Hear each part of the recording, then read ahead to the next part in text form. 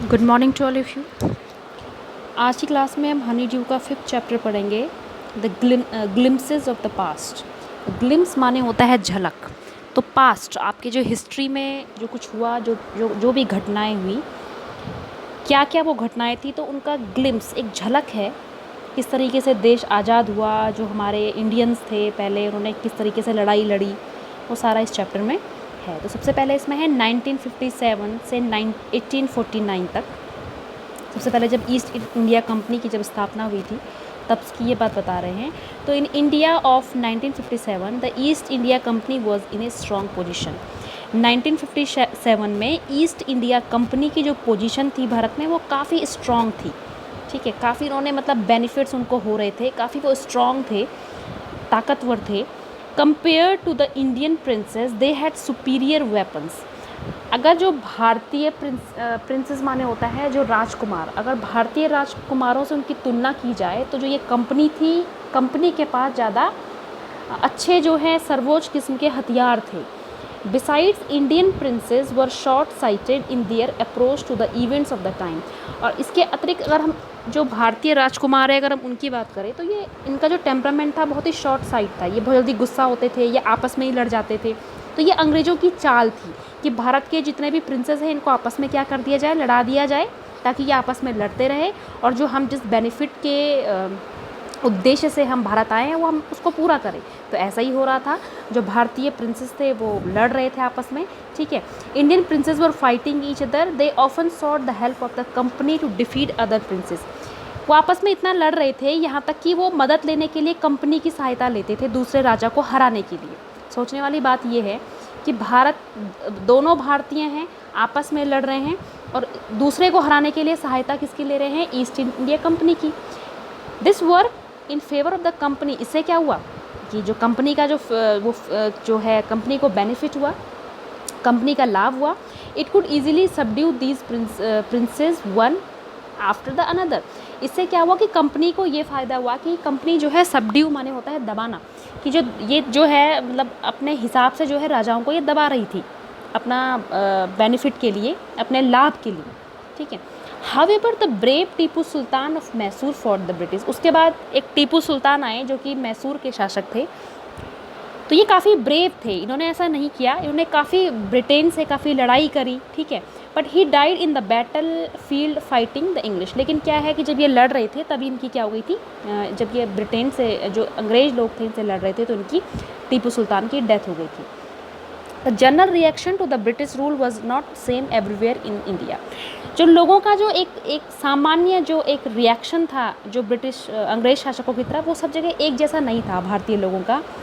There were some who thanked British for ushering in an era of peace। कुछ लोग तो ऐसे थे, कुछ भारतीय वो कंफ्यूज थे, तो वो जो है कुछ लोग तो जो ब्रिटेन के जो ये अंग्रेज़ हैं इनको क्या कर रहे थे, थैंक यू कह रहे थे कि जो ये शांतिमय जो उन्होंने वातावरण बनाया है उसके लिए थैंक यू कह रहे थे। But others bemoan that country was subjected to foreign rules. लेकिन जो कुछ ऐसे भारतीय थे जिनको कि लग रहा था, जिनको कि बहुत ही दुख हो रहा था कि जो हमारी जो कंट्री है ये क्या है, इस पर विदेशों का शासन चल रहा है, उनको ये सब पसंद नहीं आ रहा था।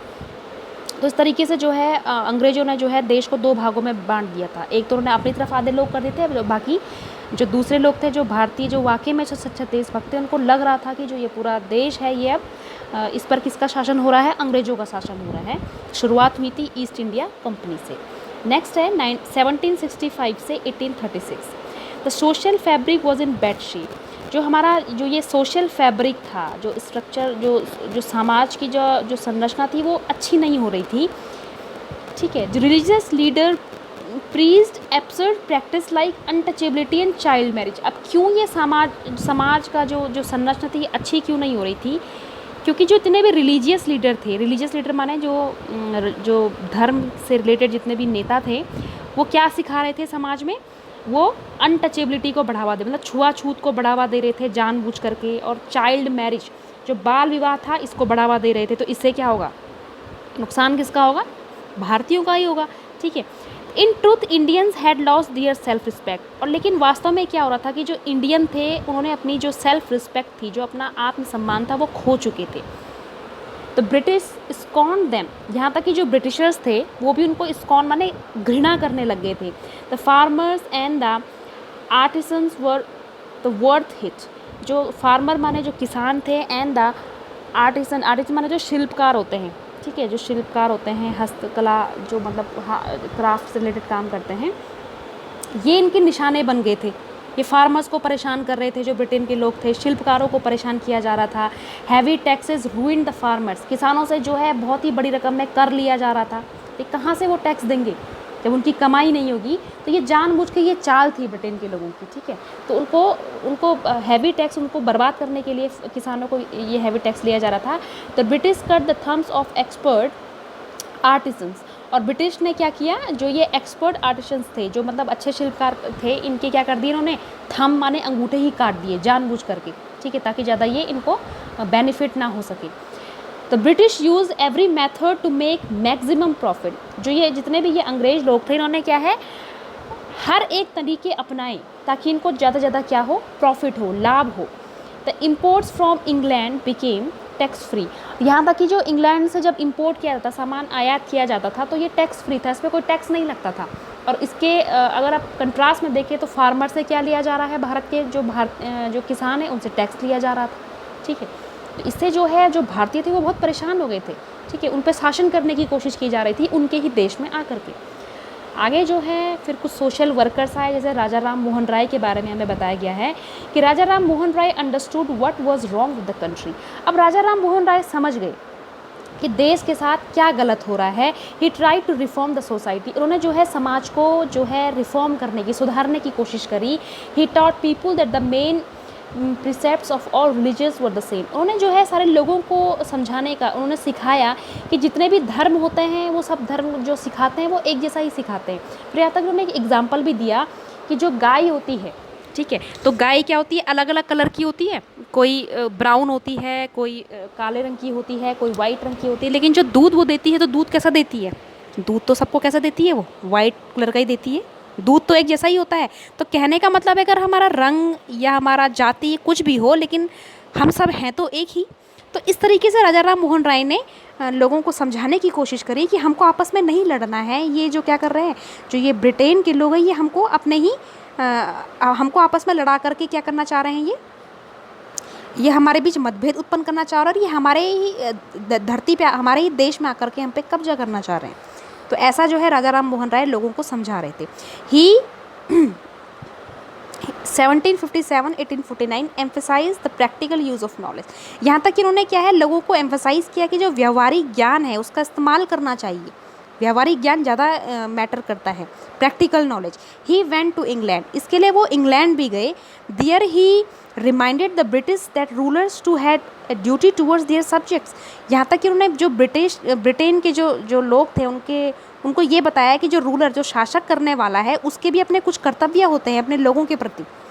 जब अगर आप शासन कर रहे हैं तो आपके भी कुछ ड्यूटीज़ हैं, ठीक है, आप उनको पूरा करिए। He started newspaper in India, Raja Ram Mohan Roy ने ही जो है न्यूज़पेपर की शुरुआत करी थी इंडिया में। The suspicious British stop them in 1823, लेकिन जो ब्रिटेन के जो लोग थे उन्होंने इस पर क्या किया, उनको शक हुआ और उन्होंने इसको बंद कर दिया। कब? 1823 में। ऑपरेशन का मतलब होता है अत्याचार होना शुरू हो गया। अब क्या अत्याचार हुआ भारतीयों पे? इन 1888 ए रेजोल्यूशन वॉज पास्ड, 1818 में एक प्रस्ताव जो है वो पारित हुआ। अब क्या था वो? Under it an Indian could be gelled without A trial in a court. उस प्रस्ताव के अंदर ये लिखा गया था कि जो भारतीय है वो बिना कोर्ट में जाए हुए ही, मतलब अपने आप को बिना कोर्ट में पेश किए हुए भी उनको जेल उनको जाना पड़ेगा। मतलब ऐसा कई बार होता है ना कि अगर आप पे केस लगा है तो आप पहले कोर्ट जाएंगे, अगर आप कोर्ट में जीतते हैं तो आप जेल नहीं जाएंगे, लेकिन भारतीयों के साथ उल्टा हुआ। इनको जो है कोर्ट में बिना जाए इनको सीधे जेल में डाला जाएगा। तो British officer Drew large salary, और यहाँ पर क्या किया, जो ब्रिटिश ऑफिसर ने उन्हें बड़े बड़े वेतन लिए, सैलरी लेनी शुरू कर दी।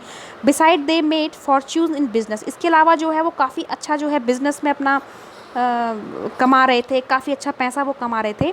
Bye 1829 Britain was exporting good worth 7 crore rupees to India, और ये क्या कर रहे थे, इंडिया में जो है तभी सामान मंगा रहे थे, उसमें ये 7 करोड़ रुपए का इन्होंने क्या लगा दिया, टैक्स कर दिया। ठीक है, जितना भी ये सामान मंगा रहे थे उसमें इंडिया के लिए 7 करोड़ रुपीज़ का इन्होंने जो है उसमें टैक्स करना शुरू कर दिया।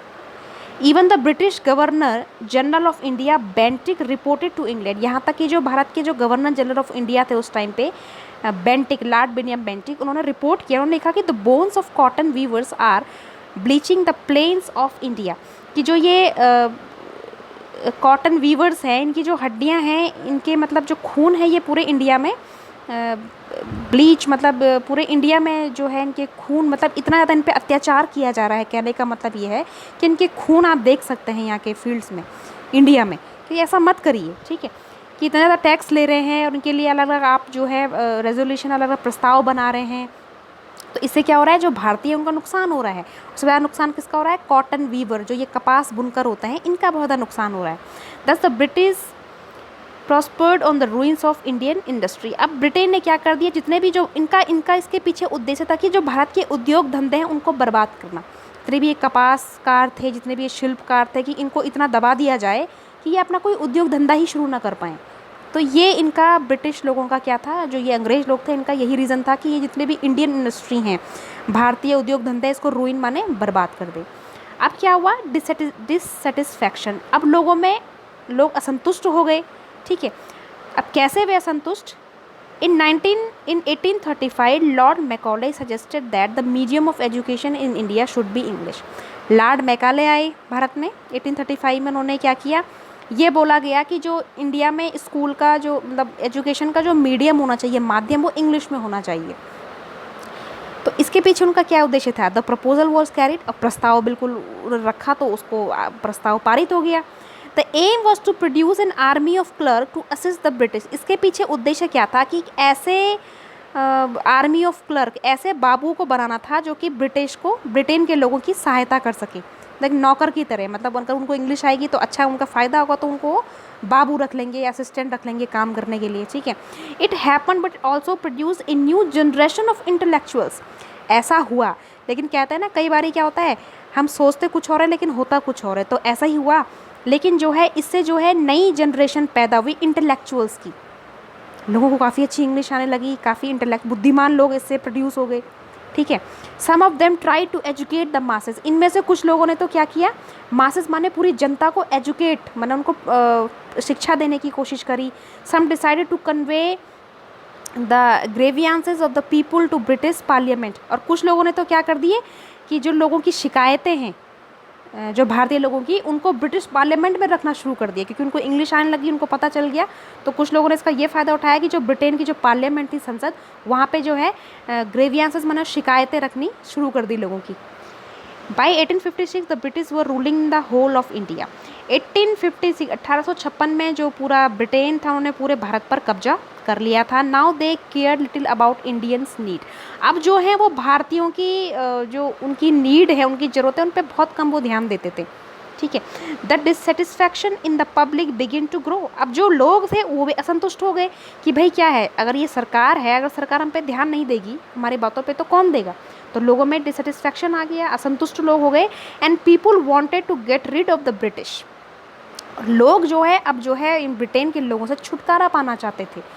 तो अब क्या होता है लास्ट में, द स्पार्क्स, अब चिंगारी शुरू हो गई, एक स्वतंत्रता की एक चिंगारी, ठीक है। तो ये शुरू हुई 1855 से 57। Under the new rules Santhals had become desperate.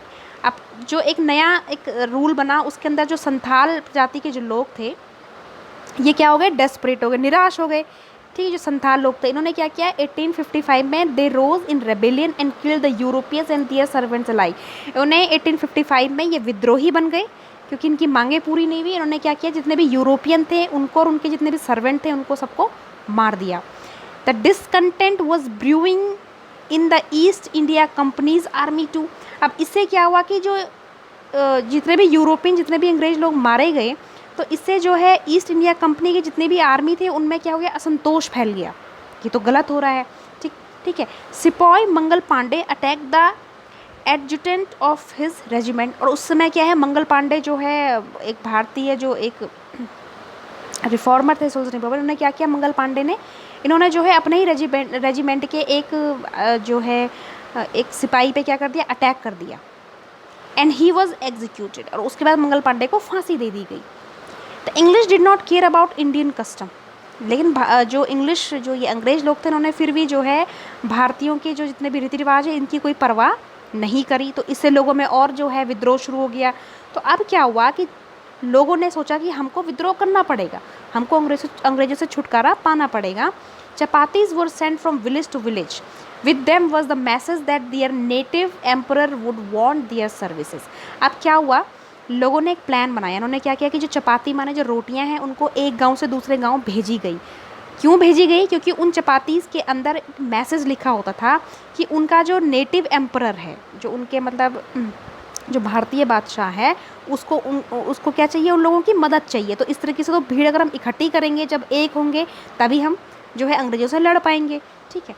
Similarly ये लोटस फ्लावर वो सर्कुलेटेड एमंग इंडियन सोल्जर। इसके बाद क्या हुआ कि कमल का फूल जो है पूरे जो भारतीय जो सोल्जर थे, सिपाही थे, उनमें कमल का फूल सर्कुलेट किया गया। The masses also gave all help and support. और जितने भी जो मास थी, जो इंडियन मास था, भारतीय जो जो लोग थे, उन्होंने क्या किया, सब ने जो है अपनी हेल्प और सपोर्ट के लिए वो तैयार हो गए। द रिवॉल्ट, अब जो रिवॉल्ट है, जो विद्रोह है 1857 की क्रांति बहुत ही इंपॉर्टेंट है, ये अब शुरू होती है।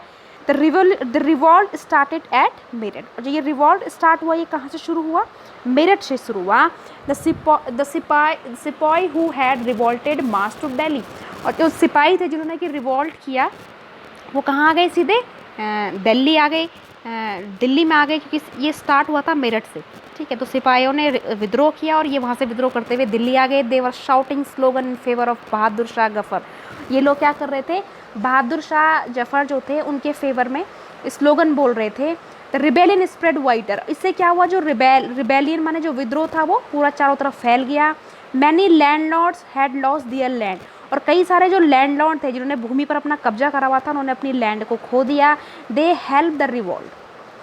उन्होंने क्या किया, इस जो ये रिवॉल्ट हो रहा था, उन्होंने भी इसका क्या किया, जो ये विद्रोह होता है इसके फेवर में वो लोग आ गए। तो जितनी ज़्यादा भीड़ होगी उतना अच्छा होगा, उतना ज़्यादा क्या है, डट करके अंग्रेज़ों को भारत से निकाला जाएगा। The fight for freedom. अब जाके जो ये फाइट फॉर फ्रीडम है, स्वतंत्रता की लड़ाई के लिए लड़ना लोगों ने शुरू कर दिया। Many rulers like Hazrat Mahal of Lucknow were bitter. कुछ जो शासक थे, जैसे कि हजरत महल, लखनऊ के जो हजरत महल थे, ये क्या थे, बहुत दुखी थे। क्यों थे? The English had taken away their kingdom. क्योंकि जो ये इंग्लिश जो ये पीपल थे, जो ये अंग्रेज लोग थे, उन्होंने इनका शासन जो है इनसे छीन लिया था। पॉपुलर लीडर्स लाइक मौलवी Ahmadullah of Faizabad urged the common man to revolt. अब कुछ लीडर थे जो पॉपुलर लीडर, जैसे कि इनमें से एक मौलवी अहमदुल्ला फैज़ाबाद के थे, इन्होंने लोगों से क्या किया, अपील करी, अर्ज किया कि तुम लोग क्या करो, विद्रोह करना शुरू कर दो अब, क्योंकि अब समय आ गया है विद्रोह करने का। अब हम क्या करेंगे, अब ये ऑपरेशन, ये अत्याचार हम नहीं सहेंगे। Azimullah Khan told Tatya Tope to make Nana Sahib the leader of that war of independence. Azimullah Khan ने तात्या टोपे को बोला कि नाना साहब को क्या बनाओ, जो ये वॉर ऑफ इंडिपेंडेंस जो हो रही, स्वतंत्रता की जो लड़ाई है, इसका लीडर बनाओ, इसका नेता इनको बनाओ। All over north India the people fought pissed battle against the British. और जितने भी ये उत्तर भारत के जितने लोग थे, उन्होंने क्या कर दिया, ब्रिटेन के विरुद्ध जो है एक लड़ाई लड़नी, इन्होंने बिल्कुल ये अगेंस्ट में आ गए, रिवोल्ट करना शुरू कर दिया, बैटल्स माने युद्ध करना इन्होंने शुरू किया। और जब ये युद्ध शुरू हुआ, 88-year-old Kunwar Singh of Bihar received A bullet in his wrist. तो जो 88 ईयर के जो कुंवर सिंह थे, ठीक है, तो ये बिहार के थे, तो इनको क्या हो गया, इनकी रिस्ट मन की कलाई में क्या लग गई, बुलेट लग गई, गोली लग गई। तो उन्होंने क्या किया, ही जस्ट कट ऑफ इट, उन्होंने अपने हाथ को ही काट दिया, रिस्ट को, and throwing it in the Ganga. और कहाँ फेंक दिया उसको, गंगा में कह दिया। He said that it was his last offering. और ये तक उन्होंने अंग्रेज़ों को कहा कि ये उनका क्या है, एक लास्ट ऑफरिंग है कि वो तुमको दे रहे हैं, अब वो नहीं देंगे। कि अब कहने का मतलब है कि जो लड़ाई है अब ये शुरू हो चुकी है, तो ये अब ख़त्म नहीं होगी। तो इस चैप्टर में बताया गया है कि किस तरीके से जो ब्रिटिश पीपल थे, उन्हें कितना सारा जो अत्याचार है, जो सप्रेस यहाँ के जो भारतीय उनको किया है, और कहाँ से ये लड़ाई शुरू हुई है, और फिर क्यों जो 1857 की जो क्रांति है वो लड़ी जाती है। उसके बाद जो है उस क्रांति के बाद जो है लोगों में एक लोगों के अंदर एक ऐसी भावना जागृत होती है कि उनको भी अब आज़ाद होना है और भारतीयों को यहाँ से निकालना है। ये चैप्टर फिनिश हो गया है।